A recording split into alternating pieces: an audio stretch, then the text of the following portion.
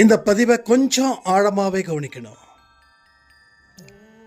ஒரு வெற்றி அடைஞ்சாலும் தோல்வி பக்கமே திரும்புது. இது கர்மாவா இல்ல நம்மளுடைய எண்ணமா? நம்முடைய எண்ணத்துக்கும் கர்மாவுக்கும் என்ன சம்பந்தம்? சரியான முறையில் சில வழிகளை உருவாக்கிட்டா நமக்கு எந்த இடத்துலையும் அடி சறுக்காது. யானைக்கு வேணா அடி சறுக்கலாம், ஆனால் சாயப்பாவோட குழந்தைகளுக்கு அடி சறுக்காது. திறமை இல்லை, என் வாழ்க்கை முடிஞ்சிடுச்சு, என்னை யாரும் மதிக்கல, இது பலருடைய கோஷமாக இருக்குது. அந்த கோஷத்தை நிறுத்தணும்னு சாயப்பா முடிவு பண்ணியிருக்காரு. நிச்சயமாங்க வாழ்க்கையில் மிகப்பெரிய வெளிச்சத்தை ஏற்படுத்த முடியும். நீங்கள் முயன்றால் அத்தனையும் நடக்கும். சாயப்பாவோட செல்ல குழந்தைங்களுக்கு அவர் ஓடோடி வந்து உதவிகள் செய்ய மாட்டாரான்னு, அவர் உதவிகள் செய்யணும்னு நினைக்கிறவங்க இந்த பதிவை கேளுங்க.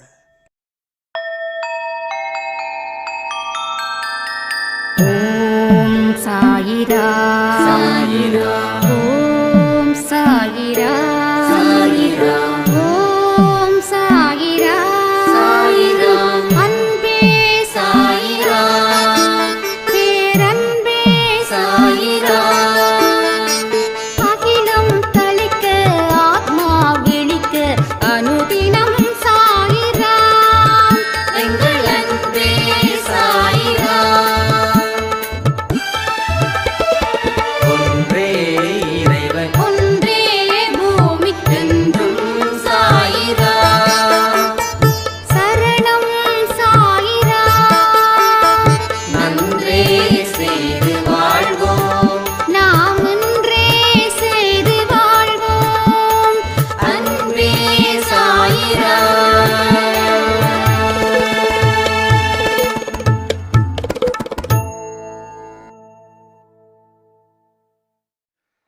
சாயிராம்.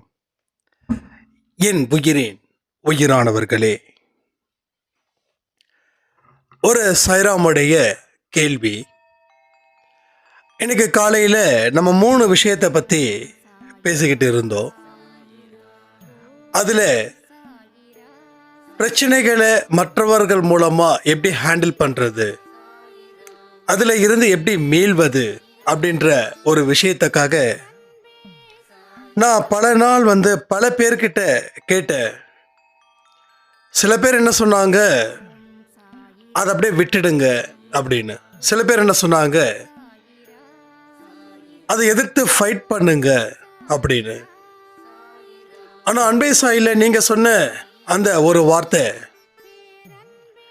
எந்த இடத்துல எதிர்க்கணுமோ அங்கே எதிர்க்கணும், எந்த இடத்துல சமாதானமாக போகணுமோ அந்த இடத்துல சமாதானமாக போகணும் அப்படின்னு நீங்கள் சொல்லியிருந்தீங்க.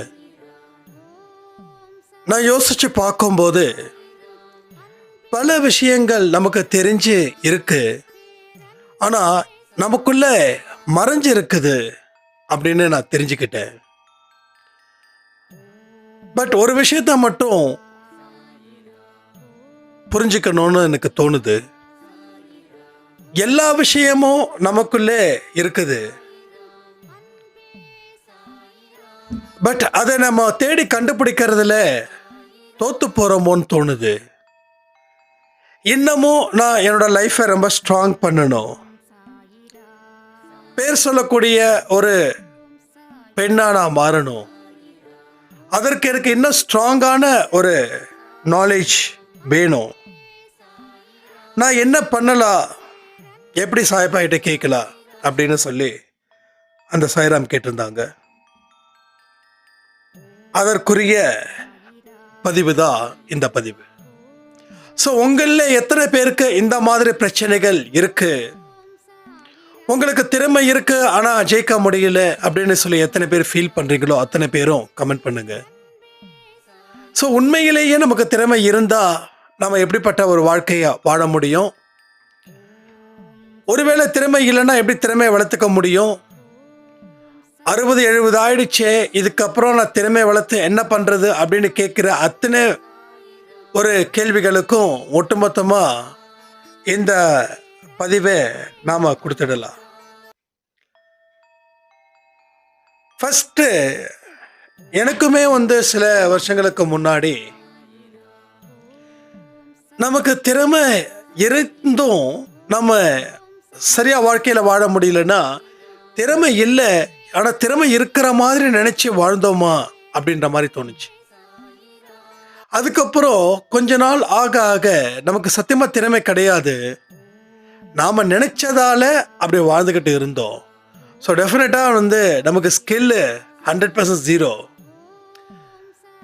பட் என்னமோ ஒரு ஓவர் கான்ஃபிடென்ட்டில் நாம் இருந்திருக்கோம். அதனால தான் நமக்கு இந்த மாதிரி விஷயங்கள் அப்படின்னு தோணுச்சு.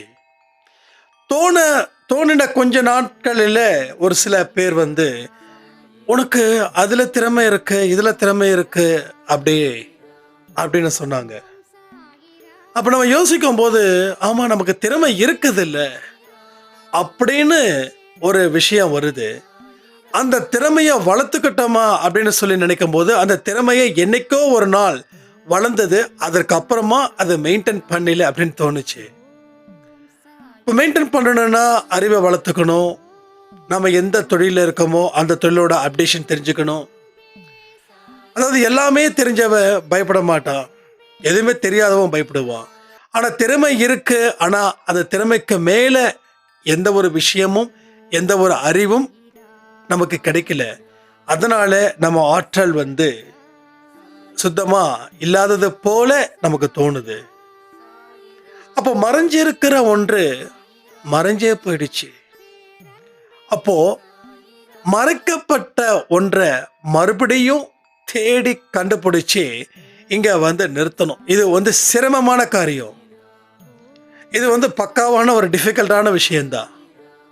ஆனால் ஆரம்பத்தில் இருக்கக்கூடிய அந்த ஒரு கடின போக்கு ஸோ லைஃப்பில் போக போக போக அது ஒரு சாதாரண ஒரு வழியை ஏற்படுத்துது. இதுக்கு ஒரு பெரிய ஒரு உதாரணத்தை சொல்லணும் அப்படின்னா, கூண்டுக்குள்ள சர்க்கஸில் சொல்கிற கூண்டுக்குள்ள அந்த பைக்கை ஓட்டுவாங்க. கீழே இருந்து ஆரம்பித்து அப்படியே ஸ்லோவாக போய் போய் போய் போய் போய் அதுக்கப்புறம் வேகமாக ஃபாஸ்ட் எடுப்பாங்க. இப்போ பைக் ஓட்டுற தெரிஞ்ச அத்தனை பேரும் அந்த கூண்டுக்குள்ளே ஓட்ட முடியுமான்னு பார்த்தா சான்ஸே கிடையாது. அப்போ அவங்களும் கீழே விழுந்திருப்பாங்க. ஸோ கீழே விடாமல் இருக்கணும்னா அவங்களுக்கு நிறைய பயிற்சி தேவைப்பட்டு இருக்கும். அந்த பயிற்சி இன்னும் ஸ்ட்ராங் பண்ணுறாங்க.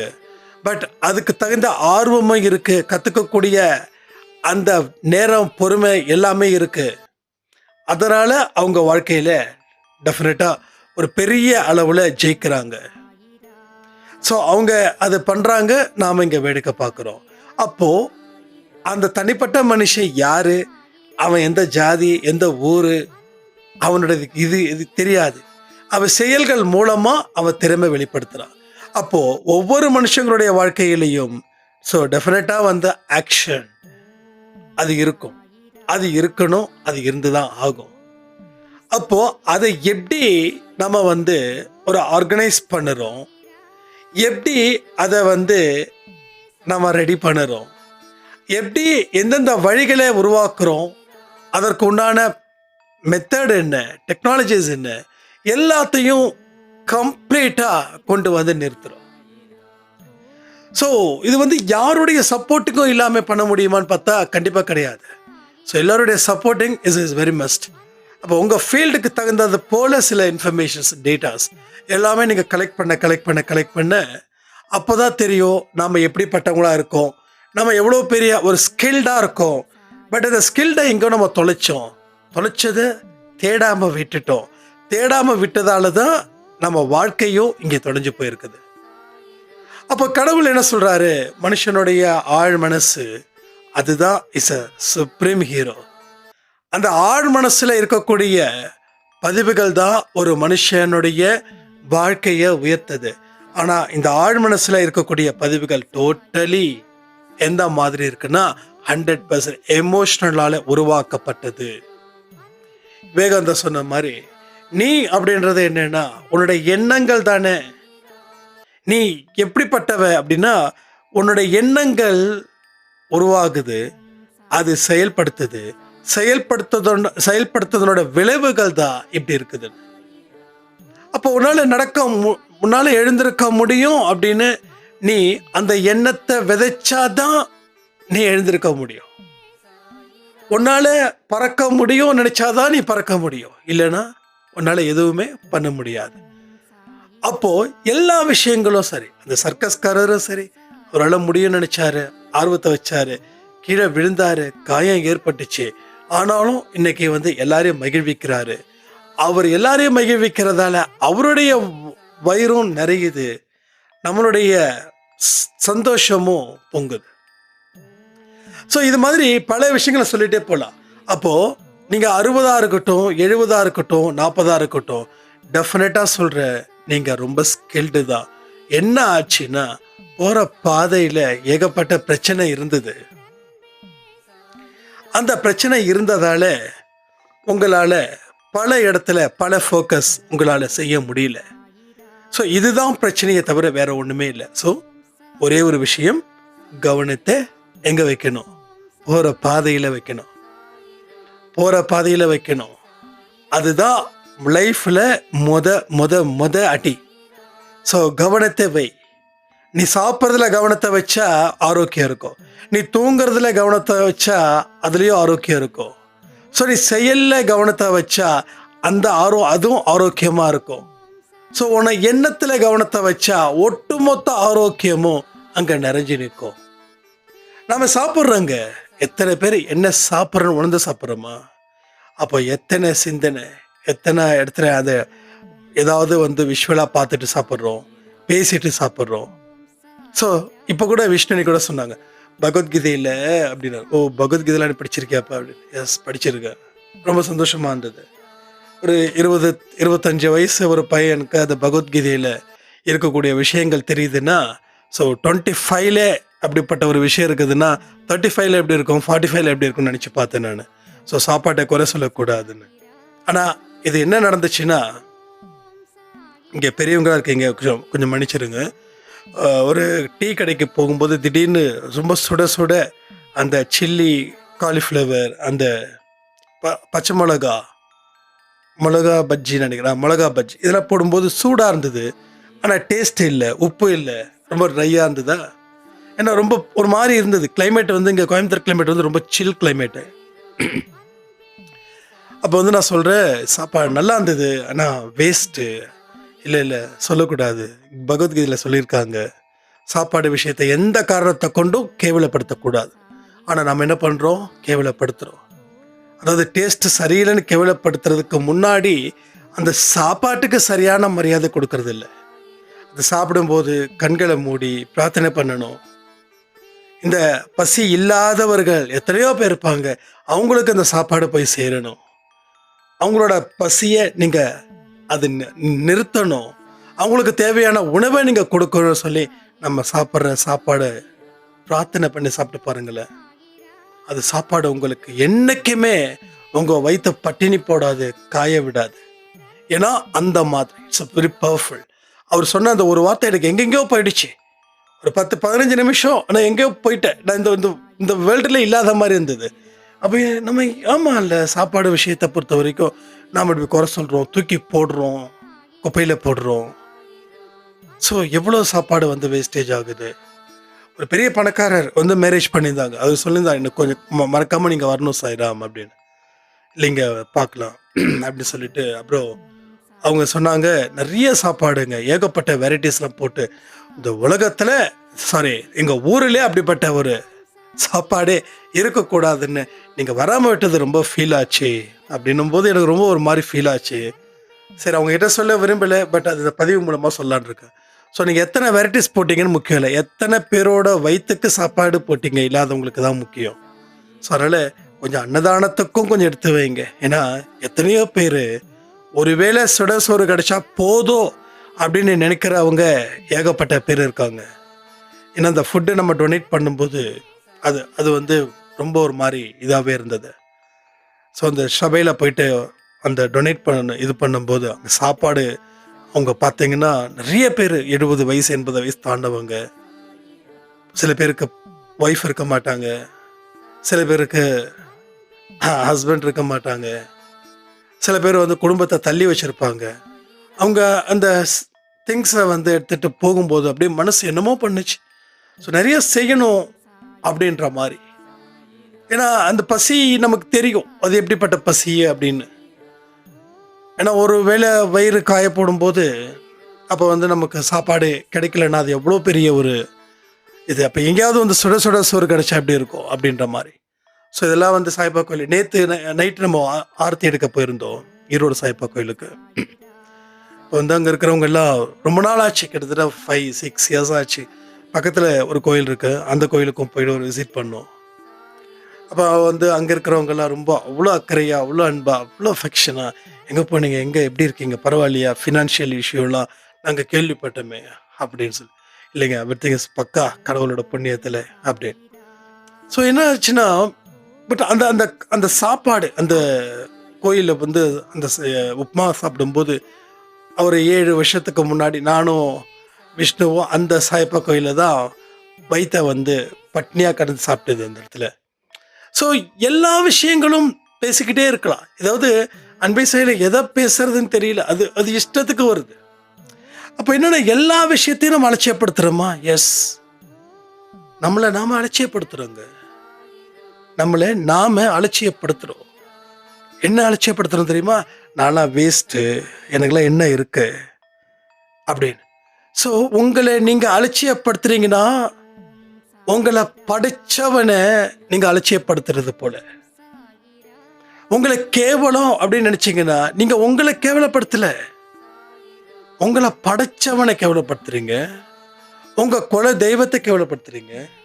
நீங்கள் வணங்குற குருவா, அப்பாவா, அம்மாவா, தந்தையா, நண்பனா இருக்கக்கூடிய சாய்பாவை கேவலப்படுத்துறீங்க. அடுத்தது உங்கள் அப்பா அம்மாவை கேவலப்படுத்துறீங்க. ஏன்னா அப்பா அம்மா இல்லாமல் வர முடியுமா? ஸோ நான் கேவலம், சந்தோஷ் கேவலம் நினைக்கிறேன் அப்படின்னா யார் யாரை கேவலப்படுத்துகிறேன்னு தெரியுமா? என் மீது இருக்கக்கூடிய அன்பு உள்ளங்களை கேவலப்படுத்துகிறேன், என்னோட அம்மா அப்பாவை கேவலப்படுத்துகிறேன், இருக்கிற அத்தனை தெய்வத்தையும் கேவலப்படுத்துகிறேன். ஸோ நான் எத்தனை ஜென்மம் வாழ்ந்தேனோ அத்தனை ஜென்மத்தில் வந்த உறவுகள், தெய்வங்கள் அத்தனையும் கேவலப்படுத்துகிறேன். பட் இதை நம்ம சிந்திக்கிறது கிடையாது. உண்மையிலேயே கடவுள் திறமை இல்லாமல் படைச்சிட்டாரா? கடவுள் திறமை இல்லாமல் படைச்சாரா? நாம திறமை இல்லாதவர்களாயிட்டோமா? இது 2 கேள்விக்கு மட்டும் ஆன்சர் பண்ணுங்க. ஸோ நீங்கள் திறமை இல்லாதவர்களாக ஆயிட்டீங்களா, இல்லை கடவுள் உங்களை திறமை இல்லாமல் படைச்சிட்டாரா? இப்போ பழி அவர் மீது. இப்போ பழி அவர் மீது போட்டுட்டு நீங்கள் என்ன பண்ணுறீங்க? உட்காந்து டிவியில் சீரியல் பார்க்குறீங்க, இல்லை வீண் பேச்சு, வெட்டி பேச்சு, வேதனை பேச்சு, இல்லை அடுத்தவங்கள பற்றி ரொம்ப கேவலமாக நக்கல் நையாண்டி இதையெல்லாம் செய்கிறோம். இப்போ கடவுள் கொச்சிக்க போகிறது இல்லை, ஆனால் செய்கிற பாவம் ஒன்று இருக்குல்ல. அப்போது உங்கள் திறமை உங்களுக்கு தெரியலையா, இல்லை புரியலையா, இந்த 2 பேரை கூட ஏற்றுக்கலாம். ஆனால் திறமையே எனக்கு இல்லைன்னு சொல்கிறாங்களே, அவங்கள என்ன சொல்கிறது? ஸோ என்றைக்குமே வந்து ஒரு செல்ஃப் அனலைசேஷன் உங்களுக்குள்ளே வேணுங்க. நீங்கள் என்ன பண்ணுறீங்க, என்ன செஞ்சுக்கிட்டு இருக்கீங்க? ஸோ இந்த நிமிஷம் வரைக்கும் நீங்கள் என்ன பண்ணுறீங்க? ஸோ எந்த மாதிரியான தாட்ஸு உங்களுக்குள்ளே வருது? இப்போ வரக்கூடிய தாட்ஸு ப்ளஸ்ஸா இல்லை மைனஸா? ஐ மீன் நெகட்டிவா இல்லை பாசிட்டிவா? அப்போது இப்போது எனக்கு இந்த இடத்துல எதிர்மறை எண்ணங்கள் வருதுன்னு நீங்கள் நினச்சிங்கன்னா, இந்த எதிர்மறை எண்ணங்கள் ஏன் வருது, எதுக்கு வருது? வர விட்டது யாரு, வர வச்சது யாரு? வேற யாராவது நம்ம வீட்டுக்குள்ளே அந்த எண்ணத்தை தூக்கி போட்டுட்டாங்களா? அப்போ எல்லா விஷயத்தையும் நம்ம புரிஞ்சுக்கிறோம்ல. அப்போ இந்த செகண்ட் நெகட்டிவாக இருக்கா? சரி, இது இப்படியே நினச்சிட்டு இருந்தா என்ன ஆகும்? அது இன்னமும் நெகட்டிவாக போயிடும். அப்போ என்ன பண்ணணும்? உனக்கு பிடிச்சதை செய்யணும். உங்களுக்கு என்ன பிடிக்குதோ அதை செய்யுங்க. ஒரு 1/2 hour பாட்டை கேட்குறீங்களா, கேளுங்க. இல்லை டான்ஸ் பண்ணுறீங்களா, டான்ஸ் பண்ணுங்க. இல்லை சாய்பாக்க அவர் முன்னாடி உட்காருங்க. தியானம் பண்ணுங்க. இல்லை உங்கள் குழந்தைகிட்ட பேசணுமா, கொஞ்சம் பேசணுமா, விளையாடுங்க. இல்லை உங்கள் அம்மா கிட்ட பேசணுமா, அப்பாட்ட பேசணுமா, பேசுங்க. ஆனால் ஹாப்பியாக பேசுங்க. எப்படி? ஹாப்பியாக பேசணும். அப்போ ஒரு 1/2 hour எஸ் ஒரு எனர்ஜெட்டிக் ஒரு டானிக் குடிச்சது போல அடுத்தது செயல்படுத்துங்க. ஸோ இந்த மாதிரி விஷயங்கள் மூலமாக தான் நம்ம மைண்டை நம்ம ஒரு ரிலாக்ஸேஷனுக்குள்ளே கொண்டு போட முடியும். அதாவது எவன் ஒருவன் தன்னை கட்டுப்படுத்திக்கிறானோ அவன் உலகத்தை ஜெயிக்கிறான். யார் நினைச்சாலும் அவனை வீழ்த்தவே முடியாது. நமக்குள்ளே ஒரு கட்டுப்பாடு, நமக்குள்ளே ஒரு சுய கட்டுப்பாடு இருந்துச்சுன்னா எல்லாமே ஈஸி. ஆனால் இன்னைக்கு இருக்கக்கூடிய டெக்னாலஜியில் இன்னைக்கு சுய கட்டுப்பாடுன்றது யாருக்குமே கிடையாது.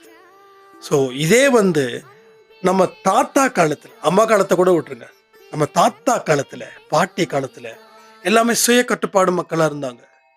என்ன பேசணும், என்ன நினைக்கணும், என்ன செய்யணும், எப்படி தூங்கணும், எப்படி சாப்பிடணும், எல்லாமே. ஆனால் எனக்கு எதுவுமே கிடையாது. எல்லாமே ஈஸியாக, எதெல்லாம் இங்கே ஈஸியாக அவைலபிளாக இருக்குதோ அது நல்லதாக தான் இருக்குது. நான் கெட்டதுன்னு சொல்லலை. எதெல்லாம் நல்லதாக இருக்குதோ அத்தனையும் கெட்டதாக மாறுது. ஒரு 20 வயசில் ஒரு ஒரு பொண்ணாக இருக்கட்டும், ஒரு பையனாக இருக்கட்டும், டயர்ட் ஆகிடுறான். ஏன் தெரியுங்களா?